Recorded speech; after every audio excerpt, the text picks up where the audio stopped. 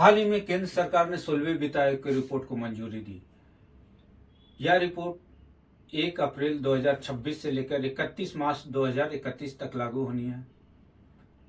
इस रिपोर्ट में क्या ऐसी बात कही गई है जो 15वें वित्त आयोग से अलग है? क्यों इस रिपोर्ट पर कुछ राज्यों के द्वारा विरोध किया जा रहा है? इसके मानक में क्या बदलाव आया? इन सब मुद्दों पे बात करेंगे अपने टॉपिक वित्त आयोग की रिपोर्ट पर चर्चा, 16वें वित्त आयोग की रिपोर्ट पर चर्चा। इससे पूर्व आप सभी का हमारे चैनल यूनि विकास में स्वागत है। जैसा कि आपको पता है कि भारतीय संविधान के अनुच्छेद 280 के तहत वित्त आयोग का गठन किया जाता है। ये 5 सदस्यीय कमेटी होती है जिसमें एक अध्यक्ष और 4 सदस्य होते हैं। 16वें वित्त आयोग का गठन डॉक्टर अरविंद पानागड़िया के नेतृत्व में किया गया। इन्होंने अपनी रिपोर्ट राष्ट्रपति को सौंपी। उसके बाद राष्ट्रपति महोदय ने इन्हें इस रिपोर्ट को सदन के पटल पे रखा, संसद के पटल पे, और यह रिपोर्ट को मंजूरी दे दी गई। अब इस रिपोर्ट पे चर्चा करने से पूर्व हम लोग कुछ और बेसिक बातों पे चर्चा कर ले, जैसे ऊर्ध्वाधर वितरण और क्षैतिज वितरण में क्या अंतर है। ये काफी इम्पोर्टेंट है इस रिपोर्ट को समझने के लिए। सबसे पहले देखें, मान लीजिए केंद्र सरकार को 10 लाख कुल उसके पास राशि है, मतलब 10 लाख रुपये केंद्र सरकार के पास है। उसमें से राज्यों को वित्त आयोग ने रिपोर्ट के मुताबिक निर्धारित किया है कि 41% जाना है। यानी 10 लाख का 41% कितना हो गया? तो 4,10,000। इतना रुपया क्या होगा? वो राज्यों को डिस्ट्रीब्यूट कर देगी। बाकी 59% जो है केंद्र अपने खर्च के लिए खुद रखेगी। तो ये जो 41% का वितरण है राशि का, जो राज्यों को जाना है, इसे हम लोग ऊर्ध्वाधर वितरण यानी वर्टिकल वितरण के रूप में शामिल करेंगे, जिसमें केंद्र सरकार के करों का बंटवारा जो है राज्यों से साझा करती है। केंद्र सरकार करों का साझा राज्यों से करती है। यानी 41% क्या हो गया? ये ऊर्ध्वाधर वितरण के रूप में शामिल हो गया। ठीक है। उसके बाद क्षैतिज वितरण क्या हुआ? अब देखिए, जो 41% केंद्र से राज्यों को मिला, अब इनके बीच आपस में बंटवारा भी तो करना है।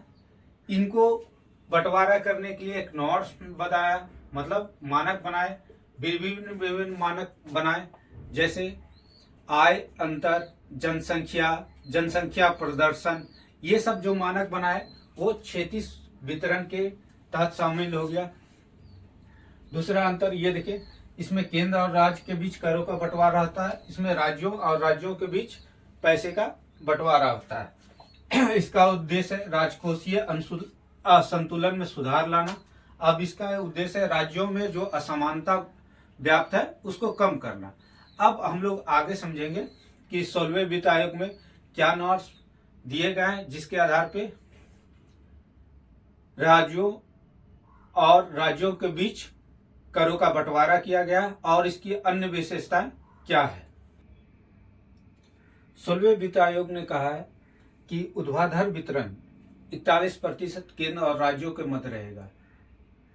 वहीं 15वें वित्त आयोग ने भी 41% रखा था, लेकिन 1% जो है जम्मू कश्मीर उस समय गठन हुआ था, उसके लिए स्पेशल पैकेज दिया गया था।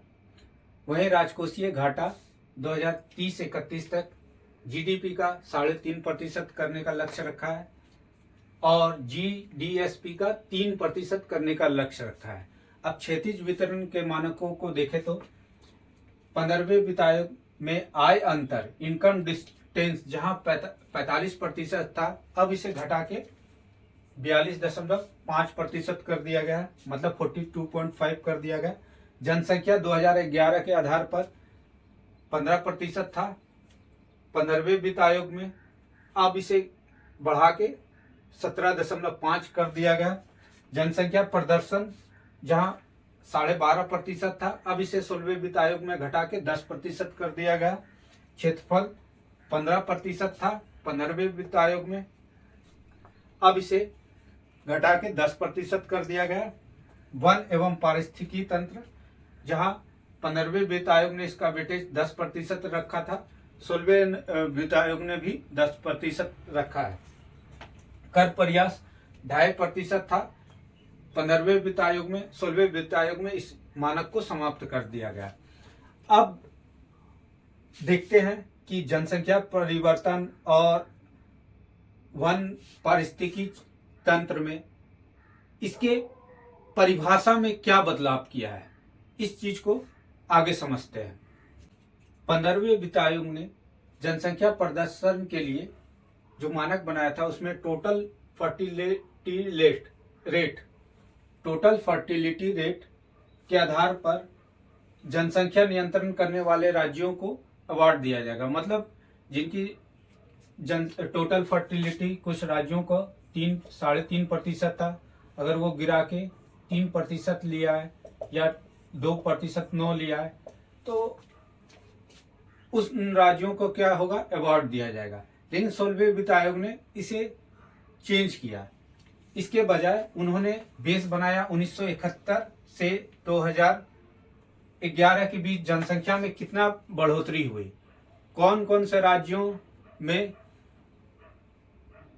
इस दौरान पहले 1971 में कितना जनसंख्या था और 2011 के बीच कितना जनसंख्या हुआ, इन दोनों का डिफरेंस निकाला और उसके आधार पे इन्होंने जनसंख्या प्रदर्शन के आधार पे मानक निर्धारित किया है।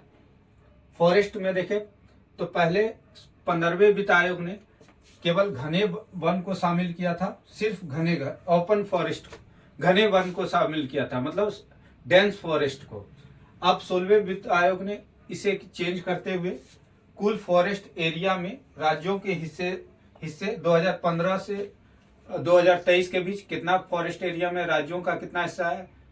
जैसे बिहार में लगभग 10% है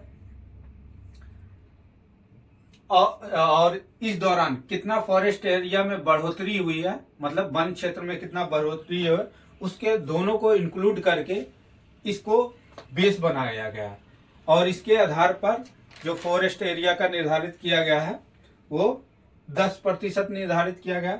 और जनसंख्या प्रतिशत जो है 16वें वित्त आयोग प्रदर्शन में कितना निर्धारित किया गया है, इसमें भी मानक पहले 12.5 था, इसको घटा के 10% किया है। तो इन दोनों में इन परिभाषा में ये बदलाव आया है। आगे और देखते हैं। 16वें वित्त आयोग ने अनुदान मानकों में भी बदलाव लाया है। 15वें वित्त आयोग ने राजस्व घाटा, क्षेत्रीय और राज्य विशिष्ट अनुदान को मानक बनाया था, वहीं 16वें वित्त आयोग ने इसे समाप्त कर प्रदर्शन यानी परफॉर्मेंस आधारित मानक बनाया है। स्थानीय निकायों और आपदा प्रबंधन के लिए कुल अनुदान 16वें वित्त आयोग ने 9.47 लाख करोड़ रुपया निर्धारित किया आगामी 5 वर्षों में खर्च करने के लिए, जिसमें से स्थानीय निकाय को 7.91 लाख करोड़ जाएगा, वहीं ग्रामीण को 4.4 लाख करोड़ और शहरी निकायों को 3.6 लाख करोड़ रुपया जाने की बात कही गई है। आपदा प्रबंधन के लिए 1.56 लाख करोड़ देने की बात की गई है।